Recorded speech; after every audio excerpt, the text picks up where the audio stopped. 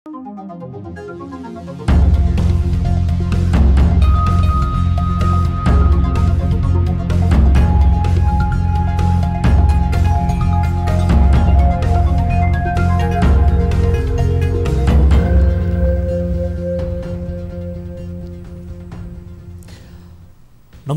यो हो news 24 television prime time न्यूजमा स्वागत छ। दक्षिण एसियामा कोरोना भाइरसबाट बढी संक्रमित हुने देशको सूचीमा नेपाल 5औं स्थानमा छ।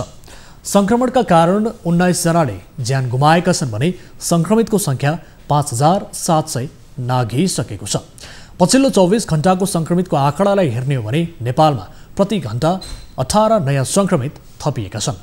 अझ दिन प्रतिदिन नमुनाको संख्या बढ्दा र परीक्षण बढिरहँदा संक्रमित कति पुग्ने हुन् टुङ्गो छैन। सरकारले मात्र संक्रमणको व्यवस्थापन गर्न सक्ने अवस्था देखिँदैन।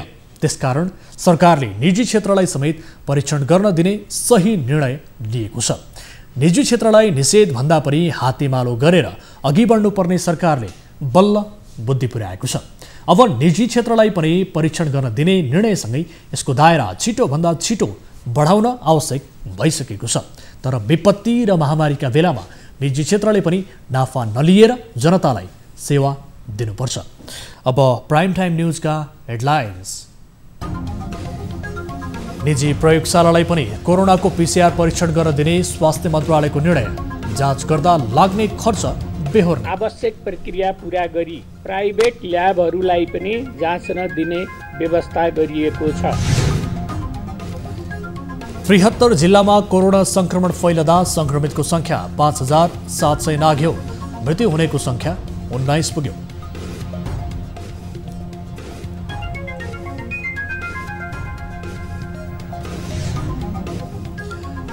निशान छाप परिवर्तन गर्न ल्याइएको संविधान संशोधन विधेयक राष्ट्रिय सभामा सर्वसम्मति। संशोधन दर्ता गर्न 72 घण्टाको समय।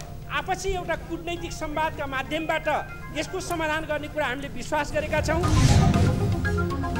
रुकुम चौरजहारी घटनामा नदीमा फाल हालेकालाई ढुङ्गा हानेर मारेको प्रहरीको निष्कर्ष। हत्यामा संलग्न 34 जना विरुद्ध जिल्ला अदालतमा मुद्दा दायर।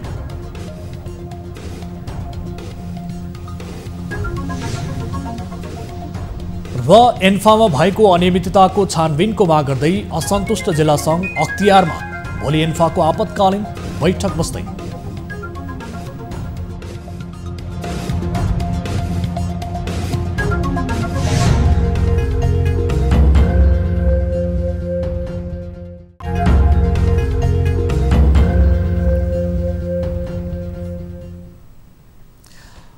हामी निरन्तर न्यूजमा छौं। सरकारले निजी प्रयोगशालालाई पनि कोरोनाको पीसीआर परीक्षणका लागि स्वीकृति दिएको छ। स्वास्थ्य तथा जनसङ्ख्या मन्त्रालयका अनुसार आवश्यक प्रक्रिया पूरा गरेका निजी प्रयोगशालाले पनि पीसीआर परीक्षण गर्न पाउने भएका हुन्। तर उनीहरूले मन्त्रालयको स्वीकृति भने अनिवार्य लिनुपर्नेछ। प्राइभेट ल्याबलाई पनि जाँच दिने व्यवस्था गरेसँगै अब परीक्षणको दायरा बढ्ने मन्त्रालयको अपेक्षा छ। यस्तै जाँच गर्दा लाग्ने सबै खर्च मन्त्रालयले नै बेहोर्नेछ। परीक्षणका लागि निजी प्रयोगशालालाई प्रति पीसीआर परीक्षण शुल्क 5500 भुक्तानी गर्नेछ। स्वास्थ्य तथा जनसङ्ख्या मन्त्रालयको स्वीकृति लिएका पीसीआर टेस्टका नमुनाहरू अब आइन्दा आवश्यक प्रक्रिया पूरा गरी प्राइभेट ल्याबहरूलाई पनि जाँच्न दिने व्यवस्था गरिएको छ। यसको लागि लाग्ने खर्च नेपाल सरकार स्वास्थ्य तथा जनसङ्ख्या मन्त्रालयले व्यवस्था गरेको छ। त्यस्तै विदेश जानका लागि भिसा वा निरोगिताको प्रमाणपत्रका लागि कोरोना परीक्षण गर्नका 3वटा अस्पतालमा नमुना सङ्कलन गर्न सकिनेछ। मन्त्रालयका अनुसार काठमाडौँको वीर त्रिवी शिक्षण अस्पताल र पाटन अस्पतालमा नमुना सङ्कलन हुनेछ। नेपालमा कोरोना भाइरसबाट मृत्यु हुनेको संख्या 19 पुगेको छ। गुल्मीका थप 1 जनामा कोरोना भाइरसको संक्रमणका कारण मृत्यु भएको पुष्टि भएसँगै संख्या 19 पुगेको हो। स्वास्थ्य तथा जनसङ्ख्या मन्त्रालयले धुर्कोट गाउँपालिका वडा नम्बर 4 का 36 वर्षीय पुरुषको गैराती आइसोलेसनमा मृत्यु भएको जनाएको छ। उनको जेठ 12 गते रूपन्देही प्रयोगशालामा गरिएको परीक्षणमा उनमा कोरोना संक्रमण भएको पाइएको थियो। उनी भारतबाट आएका थिए। यस्तै नेपालमा कोरोना भाइरसबाट 73 जिल्लाका 5760 जना संक्रमित भएका छन्। मन्त्रालयका अनुसार 24 घण्टामा 425 जना नयाँ संक्रमित थपिएसँगै संक्रमितको संख्या 5700 नागेको हो। मन्त्रालयका अनुसार विराटनगर प्रयोगशालामा गरिएको परीक्षणमा मोरङका 25, सुनसरीका 1, झापाका 1 जनामा संक्रमण पुष्टि भएको छ। यस्तै कोशी अस्पतालमा गरिएको परीक्षणमा सप्तरीका 10 जनामा संक्रमण पुष्टि भएको छ। नारायणी अस्पताल वीरगञ्जमा पर्साका 17 जना, बाराका 9, सर्लाहीका 1, रौतहटका 7 जनामा संक्रमण पुष्टि भएको छ। यस्तै कास्की प्रयोगशालामा भएको परीक्षणमा नवलपरासी पूर्वका 2 जनामा संक्रमण पुष्टि भएको छ। यस्तै सेती प्रादेशिक अस्पतालमा बझाङका 5, डडेलधुराका 24, डोटीका 3, कैलालीका 12, कञ्चनपुरका 20 जनामा संक्रमण पुष्टि भएको छ। यस्तै भेरी अञ्चल अस्पताल प्रयोगशालामा बर्दियाका 3, बाँकेका 3, रुकुम पश्चिमका 1 जनामा संक्रमण पुष्टि भएको छ। राप्ती स्वास्थ्य विज्ञान प्रतिष्ठान दाङमा प्युठानका 2, दाङका 54 जनामा संक्रमण पुष्टि भएको छ। यस्तै जनकपुर प्रादेशिक अस्पतालमा भएको परीक्षणमा रौतहटका 17, धनुषाका 1 जनामा संक्रमण पुष्टि भएको छ। धुलीखेल अस्पतालमा भएको परीक्षणमा रामेछापका 2 जनामा संक्रमण पुष्टि भएको छ। यस्तै प्रादेशिक अस्पताल रूपन्देहीमा गुल्मीका 8, नवलपरासी पश्चिमका 2, रूपन्देहीका 20, पाल्पाका 17 जनामा संक्रमण देखिएको छ।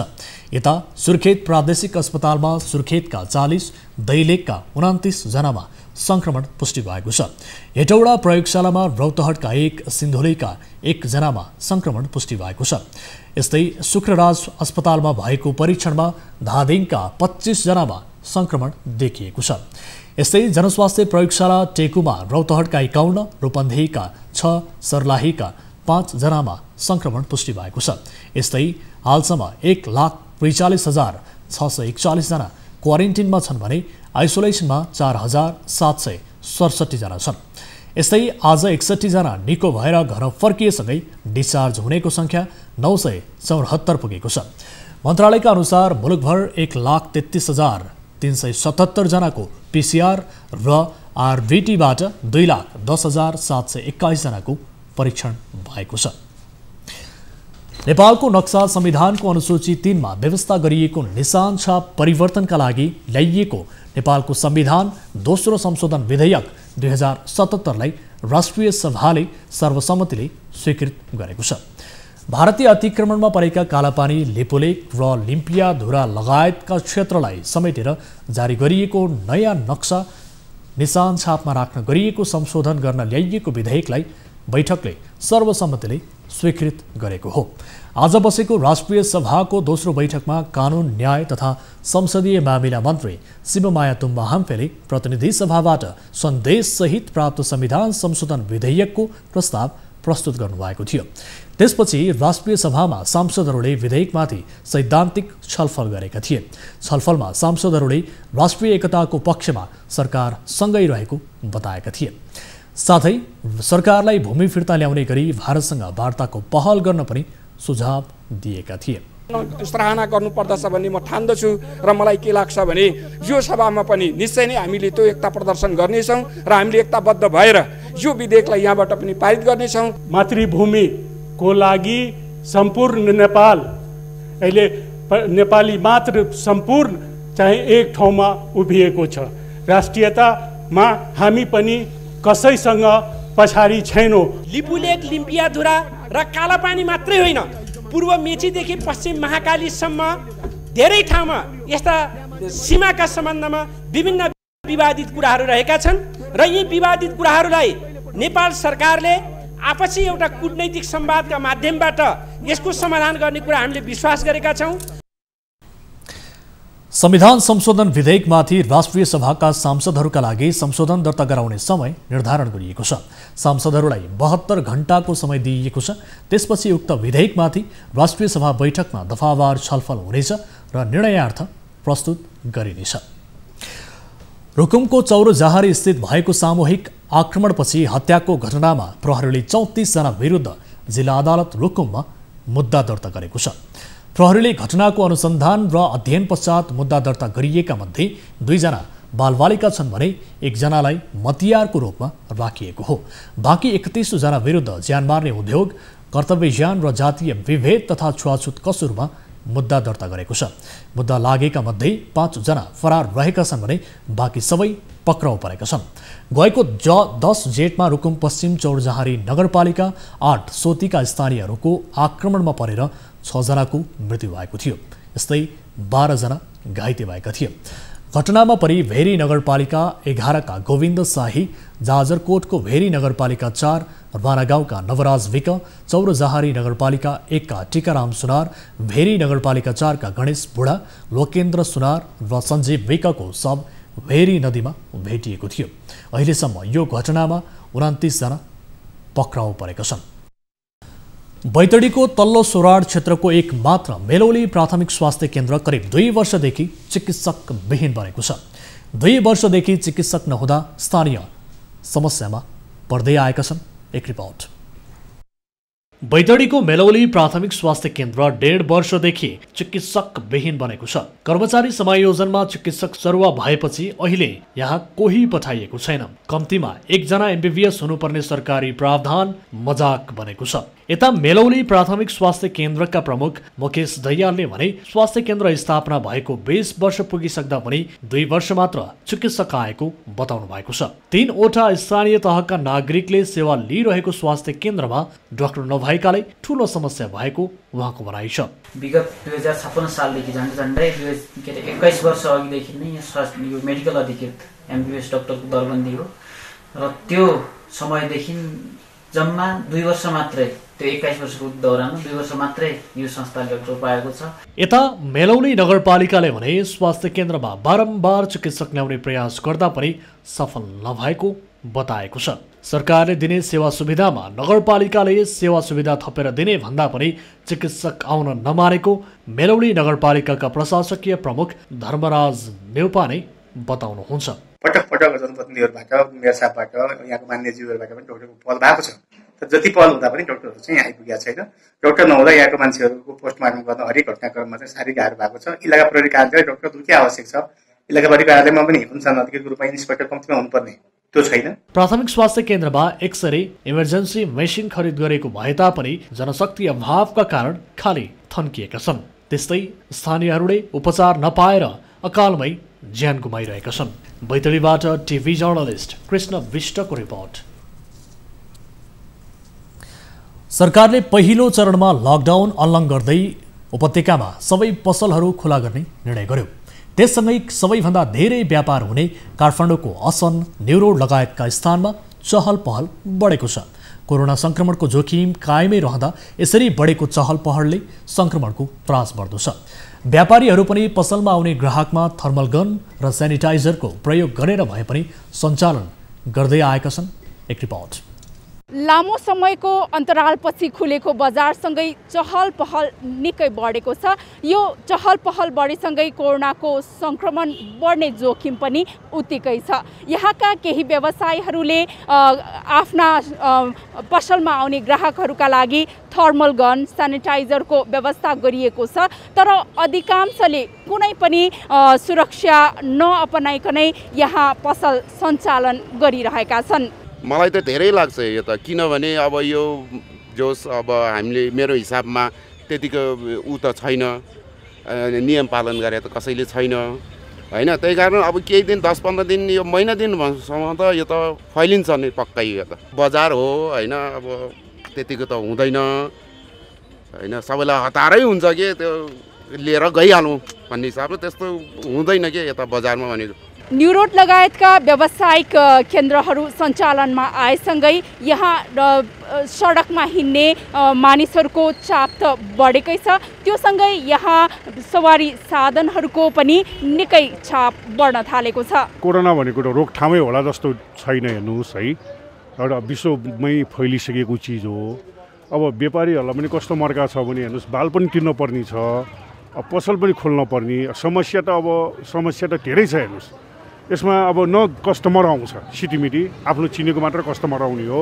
अब कस्टमर पनि त्यति चहलपहल छैन, तपाईँले हेरिहाल्नुभयो असन कस्तो छ भनेर, सुनसानै छ। अब कोरोना चाहिँ तपाईँको नसर्ला भन्ने भन्न सकिँदैन। अब हजुरलाई नै लागेको छ कि होइन, त्यो त ग्यारेन्टी छैन नि। अब यसलाई चाहिँ हामी कसरी सुरक्षित अपनाउने, यो अब बजारले, हामी सबैले, गभर्मेन्टले सबैले मिलेर चाहिँ विचार गर्न पर्यो। काठमाडौँको मुख्य सहरहरूमा अधिकांश पसलहरू खुलेसँगै यहाँ अव्यवस्थित सडक पेटीका पसलहरू पनि त्यत्तिकै मात्रामा बढेको छ, जसका कारण सङ्क्रमण बढ्ने खतरा रहेका कारण काठमाडौँ महानगरपालिका र यहाँका स्थानीयहरूको सक्रियतामा सडक पेटीका अव्यवस्थित पसलहरू पनि हटाइने अभियान सुरु गरेको छ। कोभिड-19 नै भिडभाडमा मान्छेको स्पर्शबाट सर्ने भएको कारणले गर्दाखेरि भिडभाड हुन नदिन, यो भिडलाई नियन्त्रण गर्नको लागि हामीले यस काठमाडौँभित्र रहेका साना साना गल्लीहरूमा राखिएका फुटपाथ पसलहरू, पसलहरूलाई चाहिँ हामीले हटाउने अभियान अहिले चलाइरहेका छौँ। लकडाउनका कारण बन्द रहेको काठमाडौँका मुख्य बजार, न्यू रोड, असन लगायतका पसलहरू खुल्न थालेका छन्। गत जेठ 22 गते बिहिबारदेखि यहाँका पसलहरू सञ्चालनमा आएका छन्। पसलहरू सञ्चालनमा आएसँगै यहाँ निकै चहल पहल बढेको छ र चहल पहल बढेसँगै सङ्क्रमणको त्रास पनि उत्तिकै बढेको छ। न्युजहरू अझै बाँकी छन्, अब समय हो हात धुने ब्रेकको।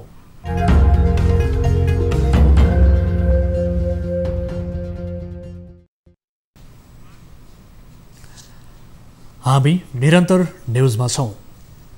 हरेक वर्ष मलको अभाव भोग्दै आएका तनहुँका किसानलाई यस वर्ष पनि मलको अभाव भएको छ। धान रोप्न समय सुरु भइसक्दा उनीहरूले रासायनिक मल पाउन सकेका छैनन्। एक रिपोर्ट।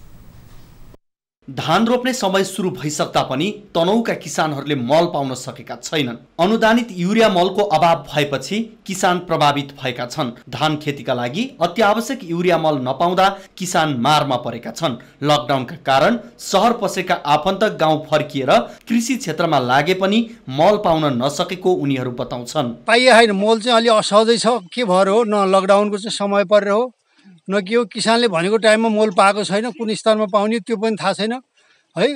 तोकिएको ठाउँमा सहकारीमा भनेर गयो, त्यहाँ छैन भन्ने किसिमको कुरो आउँछ। त्यही किसिमको कुरो छ।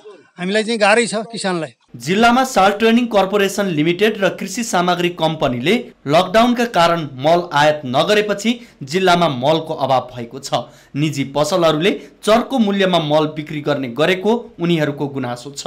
लकडाउनले गर्दाखेरि होला यताउता काम गर्न जान नपाएर नि होला बाँझा खेतहरू पनि रोपिन लागेको छ। त्यसपछि उसको चाहिँ समस्या त अब मोल त्यही भने त नि मैले पसल पिछेको फरक छ होइन। कहीँ अब 25 छ भने कहीँ 30-35 छ। त्यस्तो धेरै फरक छ के मोलहरूमा नि। अहिले मल पाउनु भएन? मल पाइएन भन्दा त्यहाँ भनेको ठाउँमा सस्तो पाइने ठाउँ गएर पाइएन। अनि अन्तैबाट ल्याउन चाहिँ ल्याइयो, तर सस्तो आफ्नो सहजमा पाइएन। धान रोप्ने समयमा मल नपाएपछि यस वर्ष धान उत्पादनमा कमी आउने भन्दै किसानहरू चिन्तित बनेका छन्। किसानका लागि ल्याइएको अनुदानको मल वितरण गर्ने सहकारी संस्थामा मल नपाउँदा उनीहरू मारमा परेका छन्। तनहुँबाट टिभी जर्नलिस्ट सबिन लामिछानेको रिपोर्ट। यता चितवनको राप्ती नगरपालिका 4 का किसानले लगाएको धानमा बाला नलागेपछि खेतमै ट्र्याक्टर चलाइएको छ। हर्दिनाथ 1442 जातको धानमा दाना नलागेर सुक्न थालेपछि धान खेतमा आगो समेत लगाइएको छ। गत वर्षसम्म राम्रो उत्पादन भएको धान यस वर्ष दाना नै नलागेर सुकेपछि किसान चिन्तित बनेका छन्। दर्शकबिन, हामी यतिखेर राप्ती नगरपालिका वडा नम्बर 4 को यो बेलुवा फाँटमा छौँ। यहाँ धानका बाला लहै लहै पाके जस्तै देखिन्छन्, तर यो पाकेको भने होइन, सुकेको छ, पपटा मात्रै लागेको छ। केही समय पहिला हामीले राप्ती नगरपालिका वडा नम्बर 6 मा आएर हर्दिनाथ 1 को धानले पनि यस्तै नेक ब्लास्ट रोगकै कारणले गर्दाखेरि उत्पादन मात्रै 20% हुने भनेर विज्ञहरूले भनिरहेको अवस्थामा अहिले यो 1442 नामको यो धानमा फेरि त्यस्तै रोग देखा परेको छ। कोभिड-19 ले थिचो निचो भएको बेलामा धान उत्पादन गरेर बजारसम्म पुर्याएर यस कृषिमा नै आबद्ध भएर र कृषिबाट नै अगाडि बढ्न चाहनेहरूका लागि यो रोगले फेरि पीडा थपिदिएको छ। तपाईँको हर्दिनाथ 1442 भन्ने जातको धान हो। अब लाउने चाहिँ वा रामधान भन्ने छ। अब त्यसमा हेरौँ अब कतिको हुन्छ। यो 1442 मा त रोग लागेर यस्तो भयो, एउटा दाना पनि आएन। अब हेरौँ आशा चाहिँ यो वार यो रामधानमा छ। अब हेरौँ के छ। अब किसानको सपना चाहिँ अब सपनामा सीमित हुने हो कि 3 पल्ट विषादी हानियो हैन, मोल 2 पल्ट हानियो। विषादी चाहिँ एग्रोभेटको एउटा प्रकाश भाइ छ घर नजिकै, उसैको उसमा चाहिँ हानेको हो विषादी। उसैले दिएर हानेको हो हैन। यो के रोगले यस्तो भएर चाहिँ प्राविधिकले के भन्ने विज्ञहरू आए? अनि विज्ञहरू त आउनु भएको छैन, यहाँ देखाएको पनि छैन विज्ञलाई ल्याएर हैन। अब बन्दको बेला छ, लकडाउनको बेला, त्यो भएले अप्ठ्यारो परेको हो क्या, स्थिति त्यही भएको। के नेक ब्लास्ट होला त यो खै अब सबैले ब्लास्टै भनेर भन्छन्। अब ब्लास्टै त होला नि। हावा आयो 3 दिन सरासर, धान मजाले फुलेको थियो। फुलेको बेलामा 3 दिन लगातार हावा आइदिएपछि अनि हल्का रातो हुँदै गयो धान। हल्का रातो हुँदै गएपछि तपाईँको हावाले होला भनेर 2-4 दिन हेरेपछि 2-4 दिनपछि त पुरै कालो हुँदै गयो फेरि। यो धान उत्पादन नहुने भएपछि किसानहरूले आगो लगाउने प्रयास पनि गर्नुभयो। पूर्ण रूपमा त्यो सल्किन नसके पछाडि आगो लगाउन जुन जोत्न सजिलो होस् भनेर आगो लगाउन प्रयास गरिएको थियो। पूर्ण रूपमा नसकेपछि अहिले जोतिएको छ र जोत्न पनि धान जोत्न गाह्रो हुने रहेछ, तपाईँले देखिहाल्नुभयो। विशेष गरेर सरकारले यस्ता किसानहरू छन् जुन किसानले वर्षी नै पटक पटक धानमा नोक्सान बेहोर्नु पर्नेछ। यसभन्दा अगाडि गरिमा धानमा जुन पाला नै नलाग्ने समस्या थियो, यो हर्दिनाथ 1 मा पनि उस्तै समस्या भयो नेक ब्लास्टको, र फेरि अहिले आएर हर्दिनाथ 1442 मा पनि यो समस्या रहेको छ। यसतर्फ सरकारले किसानहरूलाई राहत मात्रै होइन, दीर्घकालीन समस्या समाधानका निमित्त सोच्ने हो भने पक्कै पनि किसानहरूले राहत पाउने थिए। न्युज 24 टेलिभिजनका लागि चितवनबाट टिभी जर्नलिस्ट शरद आचार्यका साथमा केदार शर्माको। लकडाउनका कारण थला परेको वीरगञ्जको जनजीवन सामान्य बन्दै गएको छ। सरकारले लकडाउन खुकुलो गर्ने निर्णय गरेसँगै पसलहरू समेत धमाधम खुल्न थालेका छन्। अहिले जोर बिजोरका आधारमा सवारी साधन पनि सञ्चालनमा आएका छन्। वीरगञ्जमा मानिसको चहल पहल पनि बढ्न थालेको छ। दर्शकवृन्द, नेपाल सरकारले लकडाउनलाई खुकुलो बनाउने निर्णय गरेसँगै वीरगञ्जको जनजीवन अहिले सामान्य बन्दै गइरहेको छ।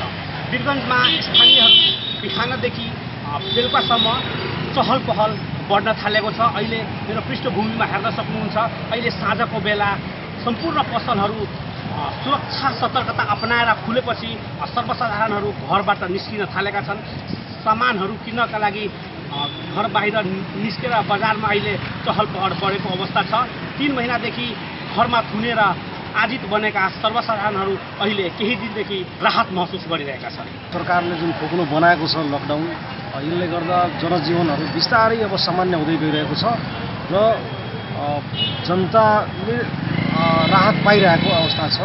राहत भन्नाले पनि अब अलिकति 3 महिनादेखि जुन थुनिएर घरमा जुन जनताहरू रहेका थिए र त्यस्तो अवस्थामा पनि अब स्थानीय तहले राहत नदिनु, सरकारले राहत घरमा नदिनु, घरमा लकडाउनमा राख्नु, त्यसले गर्दा चाहिँ जनता धेरै अलिकति मर्कामा थिए र अब चाहिँ लकडाउन खोक्लो भइसकेपछि जनता सिस्टममा पनि अब रहिरहेका छन् र जनता सचेत भएर मर्यादित भएर लकडाउनलाई पालना गर्दै खोक्लो लकडाउनमा अलिकति सामान्य जीवन जिरहेका छन्। खोक्लो भएसँगै अलिकति राहत महसुस पाएछौँ। अब हामीले पसल खोल्न पाएछौँ।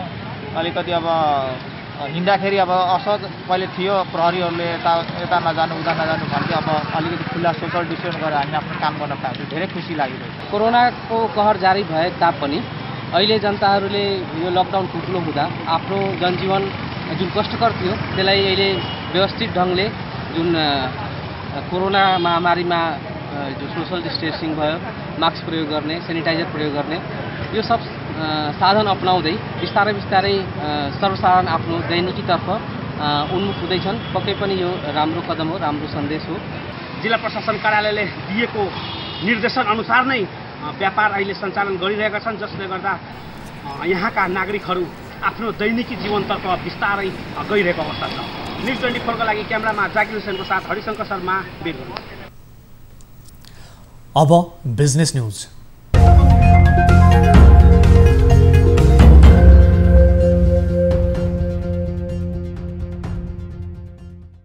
लकडाउनले आर्थिक गतिविधि ठप्प भएसँगै सरकार आर्थिक सङ्कटमा परेको छ।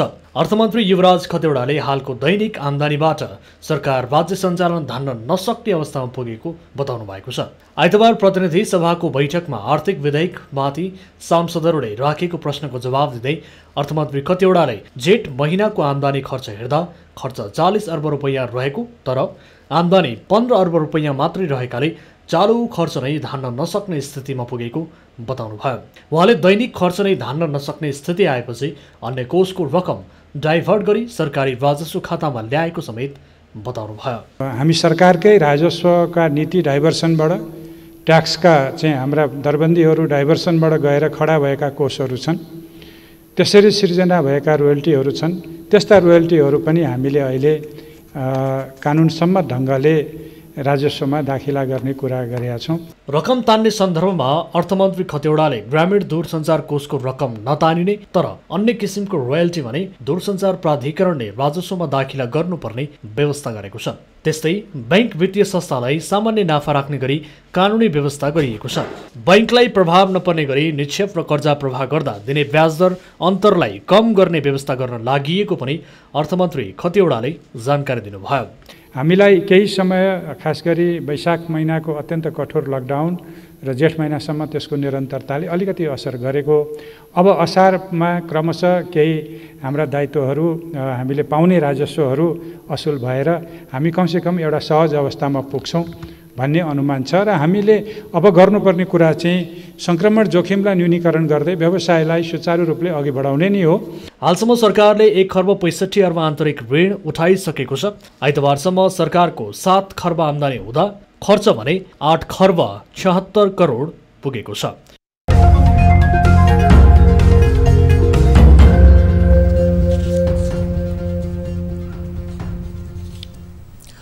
अब स्पोर्ट्स न्यूज।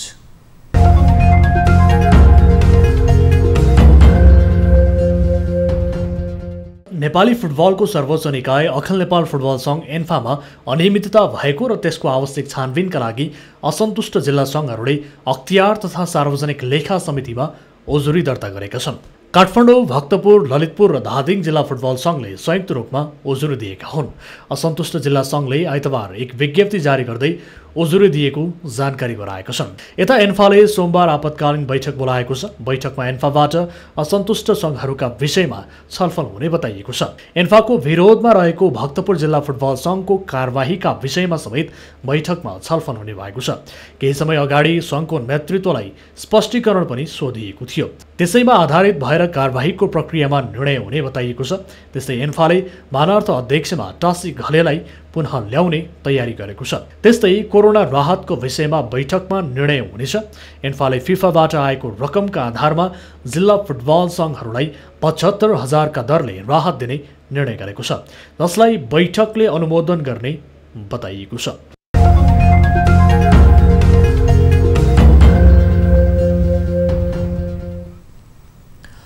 अब राजीव खत्रीका साथमा फटाफट न्यूज।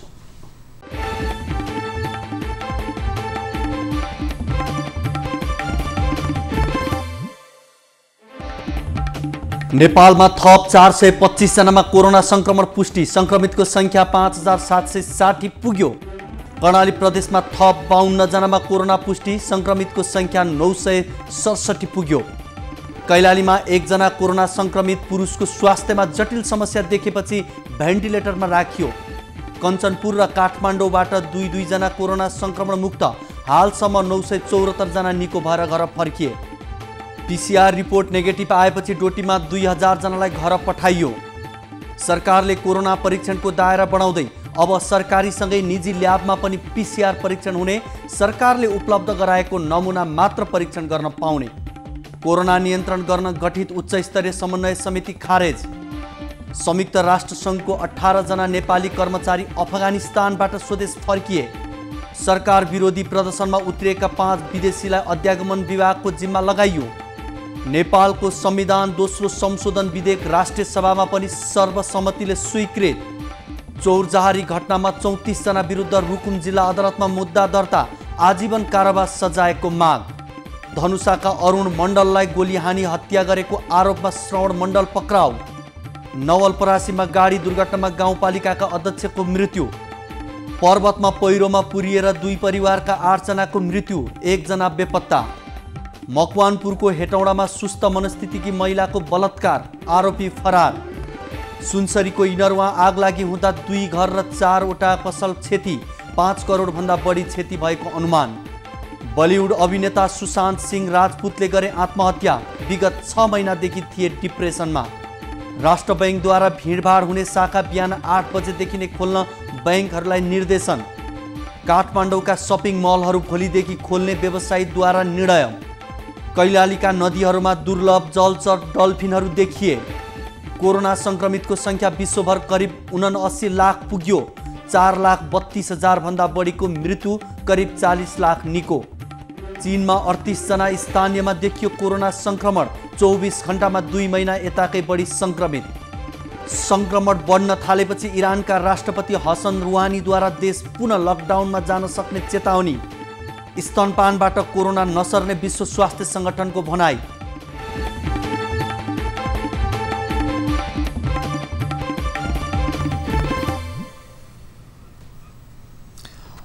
अब प्राइम टाइम न्यूज सक्नु अघि हेडलाइन्स पुनः एकपटक। निजी प्रयोगशालालाई पनि कोरोनाको पीसीआर परीक्षण गर्न दिने स्वास्थ्य मन्त्रालयको निर्णय। जाँच गर्दा लाग्ने खर्च बेहोर्ने। आवश्यक प्रक्रिया पूरा गरी प्राइभेट ल्याबहरूलाई पनि जाँच्न दिने व्यवस्था गरिएको छ। 73 जिल्लामा कोरोना संक्रमण फैलिँदा संक्रमितको संख्या 5700 नाघ्यो। मृत्यु हुनेको संख्या 19 पुग्यो।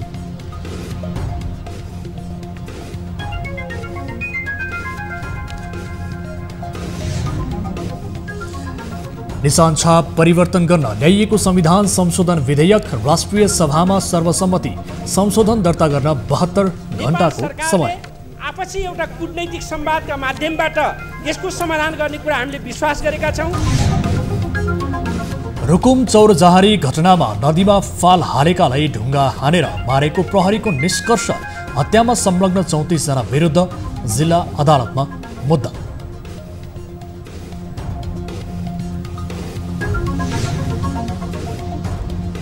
र एन्फामा भएको अनियमितताको छानबिनको माग गर्दै असन्तुष्ट जिल्ला सङ्घ अख्तियारमा।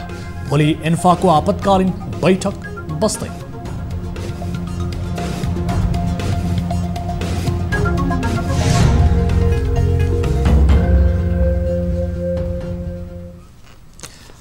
प्राइम टाइम न्यूज अहिलेलाई यति नै। जाँदा जाँदै ताली र गालीका लागि हाम्रो प्रश्न। सांसद सरिता गिरीको अभिव्यक्तिबारे तपाईले राख्नु भएको मतको परिणाम केही बेरमा नै प्रसारण हुने कार्यक्रम सीधा कुरा जनतासँगमा हेर्न सक्नुहुनेछ।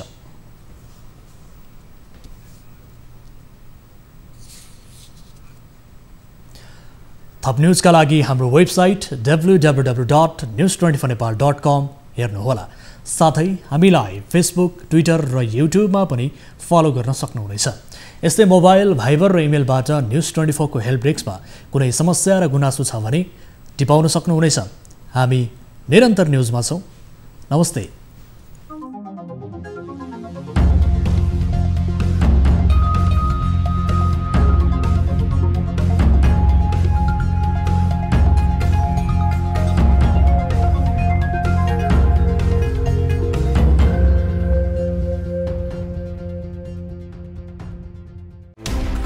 कोरोनाले सिर्जना गरेको संकटमा पल पलका न्यूज अपडेट र हर क्षेत्रको कभरेजका लागि न्युज 24 नेपाल युट्युब च्यानललाई सब्स्क्राइब गर्नुहोला।